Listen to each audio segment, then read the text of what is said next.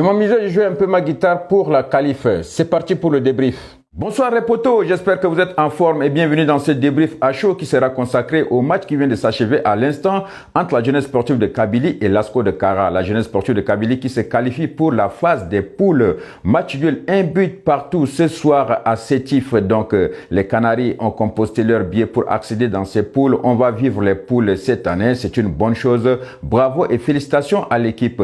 Mais j'aurais beaucoup de choses à dire par rapport à ce match. Les Canaries auraient pu tuer le match dès la première mi-temps. Ça a été une première mi-temps très facile où les poulains de Abdelkader Amrani devaient finir le travail, devaient complètement plier le match. Ils l'ont pas fait et ils ont failli payer très cher en deuxième mi-temps. On avait parlé avant le match de la théorie qui disait qu'on ne change pas l'équipe qui gagne. Abdelkader Amrani est revenu avec la même équipe qu'il avait alignée au Togo. Il a opéré un seul changement. Il a remis Sali à la place de Ben Saïd sur le flanc gauche en défense. Sinon, les restes, c'était les mêmes joueurs. La GSK a commencé le match tambour battant. Ils ont trouvé un circuit de jeu magnifique où ils ont complètement dominé l'ASCO de Kara. Ils ont fait circuler le ballon avec des défenseurs qui étaient au début serein, avec un milieu de terrain où il y avait deux porteurs d'eau, Oukassi magnifique, le lutin Kabyle a été encore très bon, Arag avec un Boumeshra en maître à jouer, avec Alili qui a été très bon en première mi-temps, après va gâter son match par la suite,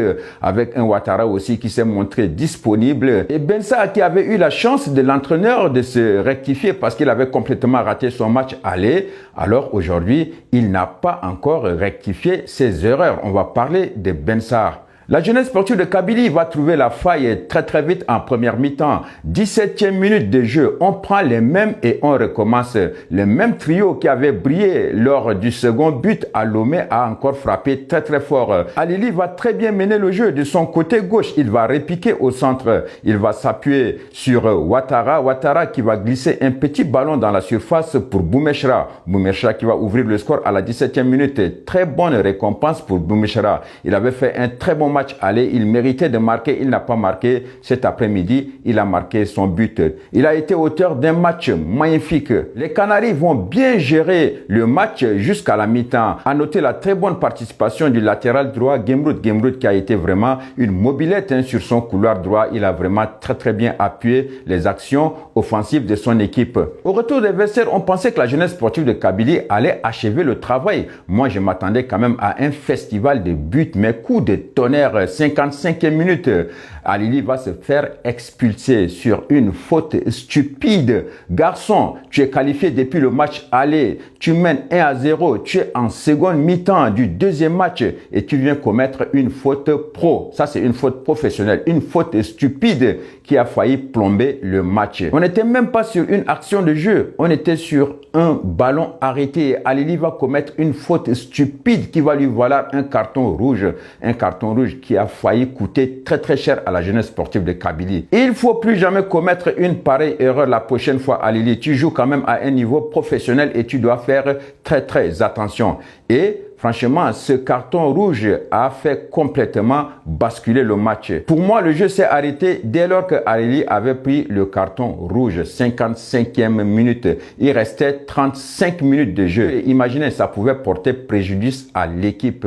Heureusement que le but de l'égalisation est arrivé très tard dans les ultimes minutes de la partie. Un but magnifique, un but magnifique de Avotor qui a vraiment laissé Sidi Salah sur place.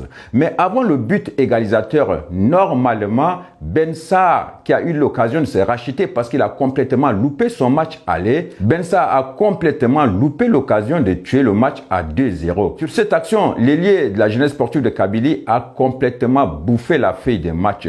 Je pense que ça va être très difficile pour Bensa encore d'avoir une pareille chance la prochaine fois avec Abdelkader Amrani. La qualification est acquise, mais j'ai pas été vraiment très content de la deuxième mi-temps des Canaries parce qu'avec cette production en deuxième mi-temps, je pense pas qu'ils vont gagner une équipe ici en Algérie en première division. Ça va être très compliqué. Alors que maintenant la projection c'est sur la première division en Algérie et le prochain match contre Sétif qu'il faut absolument gagner. Bravo pour la qualification pour les poules, mais il y a un grand retard au championnat qu'il faut remonter. Donc voilà, ça commence déjà par le match contre Sétif qu'il faut d'ores et déjà préparé. Les amis, c'est une qualification pour la jeunesse sportive de Kabylie. On va dire bravo pour cette qualification. On va enfin profiter des poules. Franchement, la phase des poules est très alléchante. Donc, la GSK qui rejoint le CRB hein, qui s'est qualifié hier très difficilement contre le Djoliba AC. Donc, toutes les deux équipes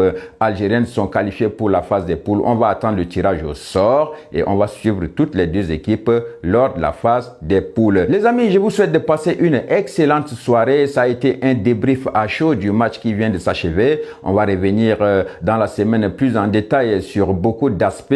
Sinon, le foot est beau à la télé. Profitez-en au maximum. Je vous dis à très bientôt. Big up!